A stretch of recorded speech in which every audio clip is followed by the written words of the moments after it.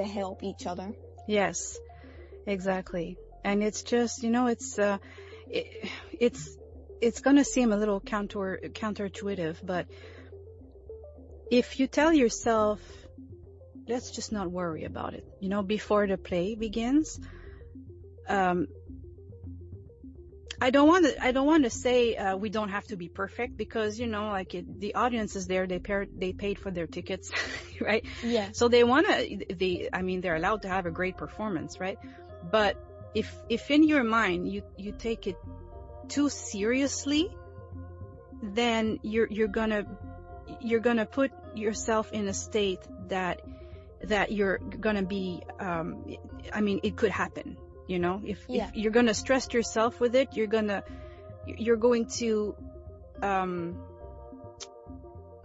fix your. Sorry, I have a hard time explaining myself. Okay. You're going to put yourself in a position that you're gonna forget your lines, because you're too stressed about it.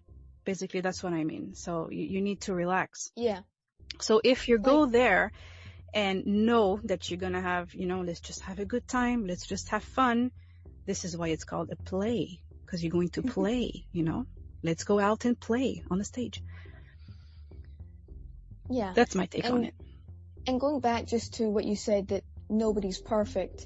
And people in the audience do know that sometimes things do happen. That's true. Some people will get a bit annoyed, but they'll realize in 5 minutes that it was nothing. We've moved on. It was just people forget things. That's right. Yeah, that's true. That's absolutely true.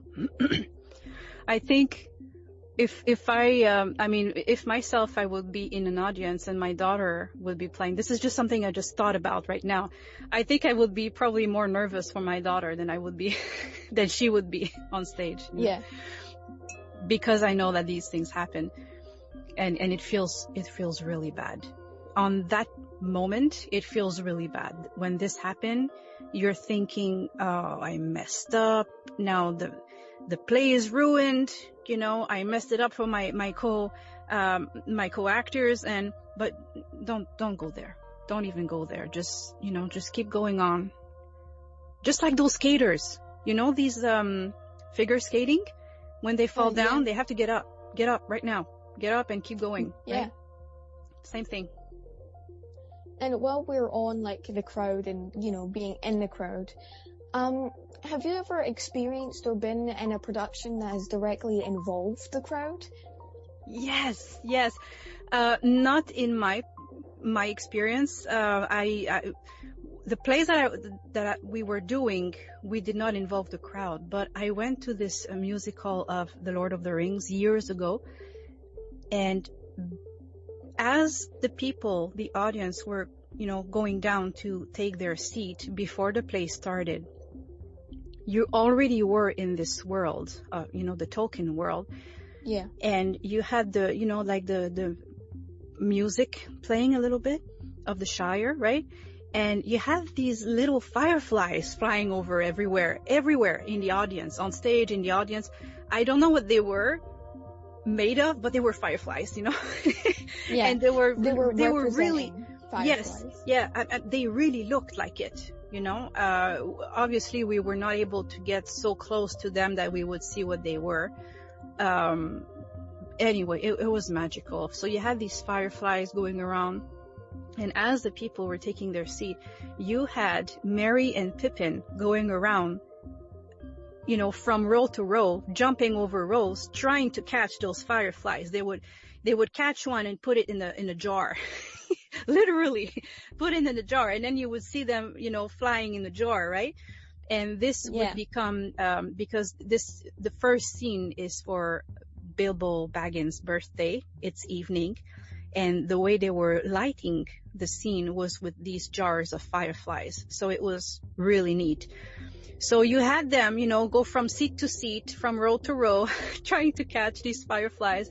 Once in a while, they would gather both together and they would, point somewhere and laugh and then people would be coming in and they would kind of go in between them and say, oh, excuse me. Oh, sorry. Oh, excuse me. And it was funny. It was neat and funny. And it was really special. Like right away you felt like not only you were part of the audience, but you were part of, you know, these actors. Merry and Pippin are acknowledge me. I can't speak either. They were acknowledging me. Acknowledging me. What's the word? You were acknowledged by them. You were involved in the world, I think. Yes, I'm sorry. Yeah. I am French Canadian, and sometimes I cannot speak English. So It's all good. yeah. I speak English, and sometimes I can't speak English. So. Oh, okay. Well, I'm not alone. Thank you. You're making me feel better. So anyway, yeah. So that was the thing, and it was neat. It was funny.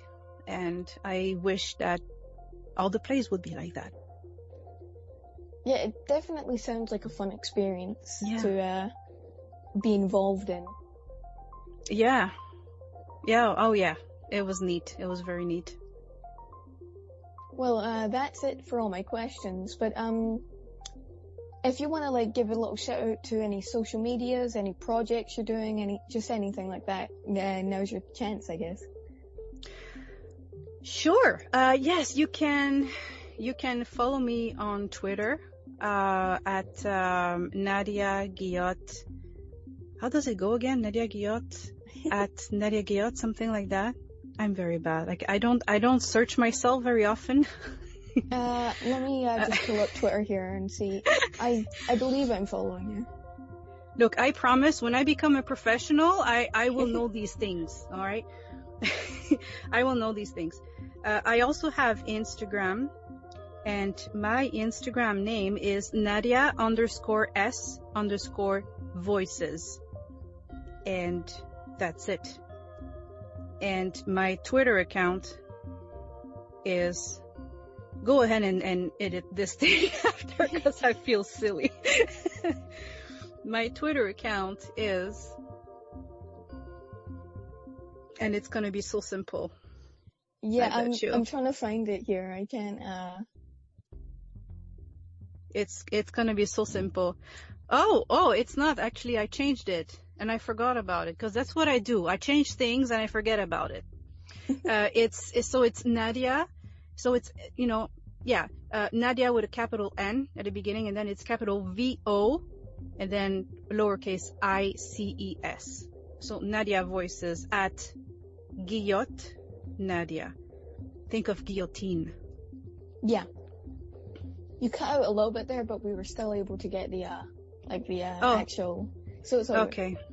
Okay. And I have a Discord account as well.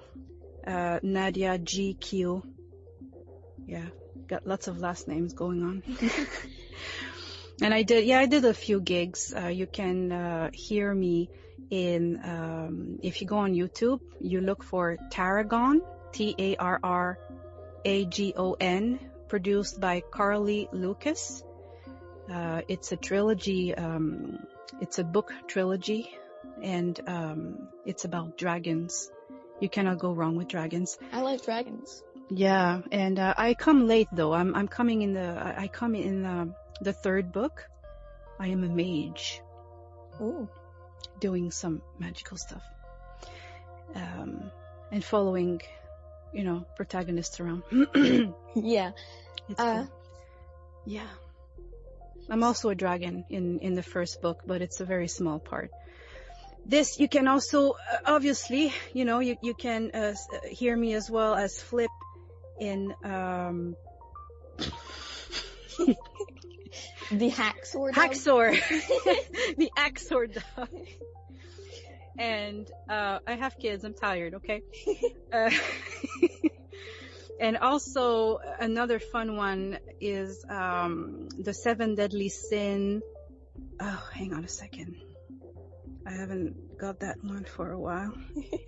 Sorry. It's all good. Hang on. It's right there. Oh, the 7 Deadly Sin. 7 Deadly Sins in a nutshell. The second one. That's on YouTube as well. Great. Yeah, the producer is Thunder Muffin. Check it out. He's got lots of he did like JoJo Abridged as well. I believe I've seen a few of their in a Yeah. nutshell videos. He's got lots of followers. He's pretty good. He's got very clever ideas, you know, in rearranging. Just follow him, okay? Yeah. So these are, you know, I got some others very small. These are the mains that I'm proud of. All right. So everyone, go support Nadia. If you want to support the podcast, go to my.bio/notanactor. And if you want to support me directly, go to my.bio/CaptainCat017. Thank you for listening to this episode, and hopefully you'll join me in the next one. Thanks for having me, Captain. Of course.